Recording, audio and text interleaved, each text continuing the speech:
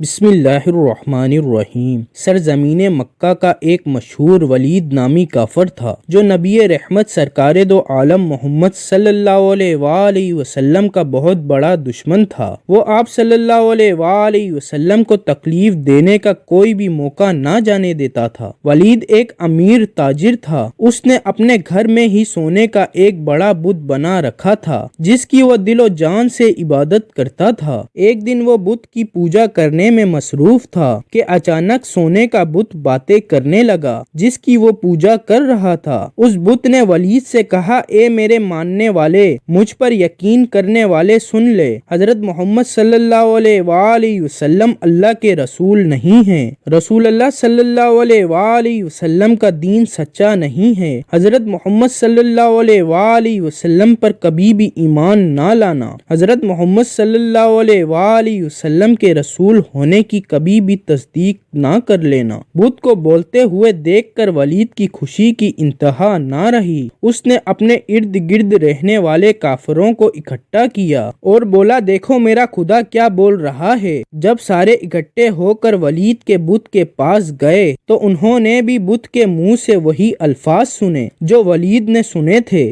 دوسرے دن پورے علاقے میں یہ بات عام پھیل گئی تھی۔ سب لوگ آتے اور اس بت کے منہ سے یہ بیہودہ الفاظ سن کر چلے جاتے تھے۔ ایک دن انہوں نے رسول اکرم صلی اللہ علیہ وآلہ وسلم کو بھی دعوت دی، اے محمد صلی اللہ علیہ وآلہ وسلم، دیکھو ہمارا خدا بت سچا ہے جو یہ دعویٰ کر رہا ہے۔ انہوں نے نبی اکرم صلی اللہ علیہ وآلہ وسلم کو بھی تشریف لانے کو کہا۔ جب حضور اکرم صلی اللہ علیہ وآلہ وسلم کو دعوت دی گئی تو ولید نے چالاکی سے سارے مکہ والوں کو بھی ایک میدان میں اکٹھا کیا تاکہ آج بت کے منہ سے یہ الفاظ سب سن لیں اور پھر محمد صلی اللہ علیہ وآلہ وسلم پر جو ایمان لائے ہیں وہ بھی دوبارہ سے ہمارے خداؤں کو پوجنے لگ جائیں۔ لوگ میدان میں کھڑے ولید کے بت کے منہ سے مشرکانہ الفاظ سننے کے لیے بے تاب کھڑے تھے۔ جب بت نے رسول اکرم صلی اللہ علیہ وآلہ وسلم کو دیکھا تو اس نے نبی اکرم صلی اللہ علیہ وآلہ وسلم کی طرف اشارہ کرتے ہوئے کہا، اے لوگوں، یہ حضرت محمد صلی اللہ علیہ وآلہ وسلم ہیں، یہ اللہ تعالیٰ کے آخری نبی صلی اللہ علیہ وآلہ وسلم ہیں، ان کا دین سچا ہے، قرآن پاک اللہ تعالیٰ کی آخری کتاب ہے، میری ان باتوں سے کبھی بھی انکار مت ہونا۔ اگر تم ان باتوں سے انکار ہو گئے تو تمہارے لیے اللہ تعالیٰ نے جہنم میں سخت عذاب تیار کر رکھا ہے۔ اگر تم دنیا اور آخرت میں کامیاب ہونا چاہتے ہو تو نبی اکرم صلی اللہ علیہ وآلہ وسلم کے دین پر ایمان لے آؤ۔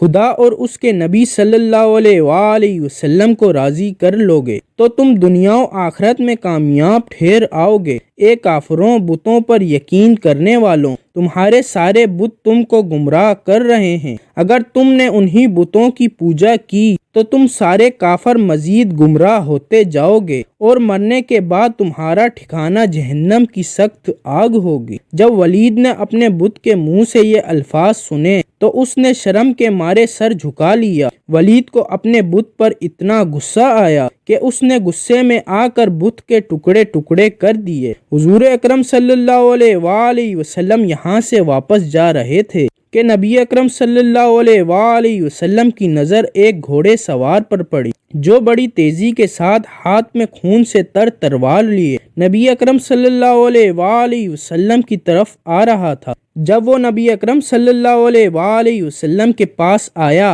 تو اس نے آپ صلی اللہ علیہ وآلہ وسلم کو سلام کیا۔ نبی اکرم صلی اللہ علیہ وآلہ وسلم نے سلام کا جواب دیا اور دریافت کیا کہ تم کون ہو؟ اس شخص نے جواب دیا، اے محمد صلی اللہ علیہ وآلہ وسلم، میں مسلمان جن ہوں، میں آپ صلی اللہ علیہ وآلہ وسلم پر یقین رکھتا ہوں، مجھے مہین بن العبر کے نام سے پکارا جاتا ہے، میں جبل طور میں رہائش پذیر ہوں، میں کسی کام کے لیے دوسرے علاقے میں گیا ہوا تھا، میں آج کافی دنوں کے بعد گھر واپس آیا ہوں تو میں نے دیکھا کہ میرے گھر والے کافی اداس بیٹھے رو رہے ہیں۔ میں نے ان سب سے رونے کی وجہ دریافت کی تو انہوں نے جواب دیا کہ ایک شیطان ولید کافر کے بت میں حاضر ہوا ہے اور اس نے حضرت محمد صلی اللہ علیہ وآلہ وسلم کے بارے میں بیہودہ الفاظ کہے ہیں۔ وہ شیطان آج پھر اس بت میں حاضر ہونے کے لیے آ رہا ہے جو کہ نبی اکرم صلی اللہ علیہ وآلہ وسلم کے بارے